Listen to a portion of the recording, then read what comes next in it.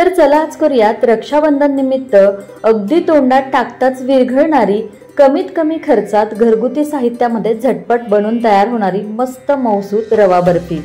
तर अगदी कमीत कमी वेळेमध्ये झटपट बनून तयार होते, त्यामुळे ही बर्फी तुम्ही अगदी आयत्या वेळेला सुद्धा बनवून तयार करू शकता। आता ही रवा बर्फी बनवण्यासाठी बघा, इथे मी 1 वाटी बारीक रवा घेतलेला आहे। शक्यतो बर्फी बनवण्यासाठी आपल्याला बारीक रव्याचा वापर करायचा आहे। जाड रवा जर घ्याल तर बर्फी खाताना ती थोडीशी करकरीत लागू शकते, त्यामुळे जर तुमच्याकडे जाड रवा असेल तर त्याला तुम्ही थोडंसं पल्स मोडवरती मिक्सरवर फिरवून घेतलं तरी सुद्धा चालेल। तर इथे बघा 1 वाटी बारीक रवा आपण बर्फी बनवण्यासाठी घेतलाय। याला आपल्याला भाजून घ्यायचं आहे। तर बघा, रवा भाजण्यासाठी गॅसवर नॉनस्टिक पॅन गरम करायला ठेवलंय। यामध्ये 1 वाटी बारीक रवा काढून घ्यायचा। त्यानंतर सारख्याच वाटीने मोजून आपल्याला अर्धी वाटी यामध्ये वितळलेलं तूप घालायचं आहे। तर घट्टसर तूप आपल्याला इथे घ्यायचं नाही, वितळलेलंच तूप घ्यायचं आहे, म्हणजे मग तुपाचं प्रमाण चुकणार नाही। आता रवा आपल्याला मंद ते मध्यम गॅसवरती छान असा बदामी रंगावरती मस्त खरपूस भाजून घ्यायचा आहे।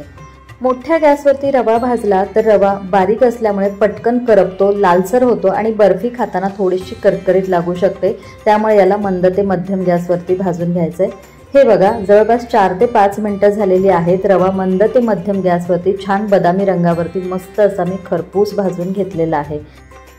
आता बर्फीला छान बाइंडिंग यावं आणि खायला ती चांगली लागावी याकरता बघा, मी यामध्ये फक्त 2 चमचे इतकं गव्हाचं पीठ घातलेलं आहे। आता हे पीठ घातल्यानंतर यामध्ये व्यवस्थित मिक्स करून घ्यायचं आणि फक्त 1 ते 1.5 मिनिटासाठी याला आपल्याला भाजून घ्यायचं आहे। रवा आपण अगोदरच व्यवस्थित भाजून घेतलेला आहे, त्यामुळे याला खूप जास्त भाजायची अजिबात गरज नाही। रवा आणि यामध्ये घातलेलं गव्हाचं पीठ व्यवस्थित असं भाजून झालं की गॅस बंद करायचा आहे आणि यानंतर बघा, दुसरीकडे गॅसवर मी एक कढई गरम करायला ठेवलेली आहे। यामध्ये आपल्याला पाऊण वाटी बारीक चिरून घेतलेला गूळ घालायचा आहे। इथे मी पाऊण वाटी गूळ घेतलेला आहे। जर तुम्हाला गोड खायला जास्त आवडत असेल तर 1 वाटी गूळ घेतला तरी सुद्धा चालेल। सारख्याच वाटीने मोजून मी यामध्ये पाऊण वाटी पाणी घातलेलं आहे। आता आपल्याला आहे ना, गूळ फक्त पाण्यामध्ये विरघळून घ्यायचा आहे, याचा 1 तारी किंवा 2 तारी पाक करायची अजिबात गरज नाहीये। तर हे बघा, गूळ पाण्यामध्ये मी पूर्णपणे विरघळून घेतला। आता गॅस आपल्याला मंदच ठेवायचा आहे आणि त्यानंतर भाजून घेतलेला रवा आणि गव्हाचं पीठ यामध्ये घालायचं आहे। आता हे करत असताना गॅस आपल्याला मंदच ठेवायचा आहे आणि रवा यामध्ये घातल्यानंतर बघा, फटाफट आपल्याला हा गुळाच्या पाण्यामध्ये व्यवस्थित मिक्स करून घ्यायचा आहे।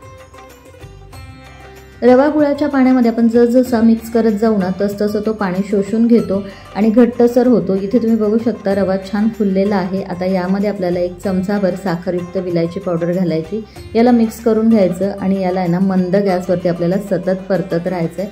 तर जवळपास मी याला आहे ना, आणखीन 3 ते 4 मिनिटं बघा छान असं परतून घेतलेलं आहे आणि त्यानंतर तुम्ही इथे बघू शकता रवा व्यवस्थित शिजला गेलेला आहे, मस्त फुललेला आहे आणि याला तुम्ही इथे बघितलं तर तूपसुद्धा सुटलेलं आहे। मस्त असं हे मौसूत बर्फीसाठी आपलं हे मिश्रण तयार झालेलं आहे। आता या स्टेजला आपल्याला आहे ना, गॅस बंद करायचा आहे। ज्या भांड्यामध्ये आपल्याला बर्फी सेट करायची आहे त्याला थोडंसं तेल किंवा तूप लावून घ्यायचं। तर इथे बघा, मी टिफिन बॉक्स घेतलेला आहे, जेणेकरून चौकोनी आकारामध्ये आपल्याला बर्फी व्यवस्थित सेट करून घेता येईल। तुम्हाला हवं असेल तर तुम्ही एखाद्या ताटामध्ये किंवा प्लेटमध्ये सुद्धा बर्फी इथे सेट करून घेऊ शकता। आता एखाद्या वाटीच्या किंवा स्पॅच्युलाच्या मदतीने हे मिश्रण आपल्याला टीनमध्ये व्यवस्थित छान असं एकसारखं सेट करून घ्यायचं आहे।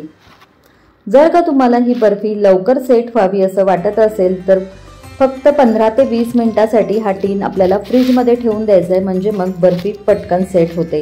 जर तुमच्याकडे खूप जास्त वेळ असेल तर 1 तासाभरासाठी तुम्ही बाहेर सुद्धा बर्फी सेट करायला ठेवू शकता। तर हे बघा, 15 ते 20 मिनिटं हा टीन मी फ्रीजमध्ये ठेवलेला होता आणि त्यानंतर बर्फी तुम्ही इथे बघू शकता अगदी व्यवस्थित सेट झालेली आहे। आता आपण याला कट करून घेऊ। सुरुवातीला आहे ना, याच्या कडा आपल्याला सुरीच्या मदतीने टीनपासून वेगळ्या करून घ्यायच्या आहेत आणि त्यानंतर बघा, ताटामध्ये आपल्याला बर्फी काढून घ्यायची। हलक्या हाताने याला टॅप करून घ्यायचं आहे आणि हे बघा, बर्फी अगदी टीनपासून सहज मोकळी झालेली आहे आणि मस्त असं हे आपलं मिश्रण यामध्ये सेट झालेलं होतं, तुम्ही इथे बघू शकता। आता आपल्याला बर्फी कट करून घ्यायची, तर त्यासाठी काय करायचं, याच्या ज्या बाजूच्या जास्तीच्या कडा आहेत त्याला मी कट करून घेणार आहे आणि याला छान असं आपल्याला एकसारखं करून घ्यायचं।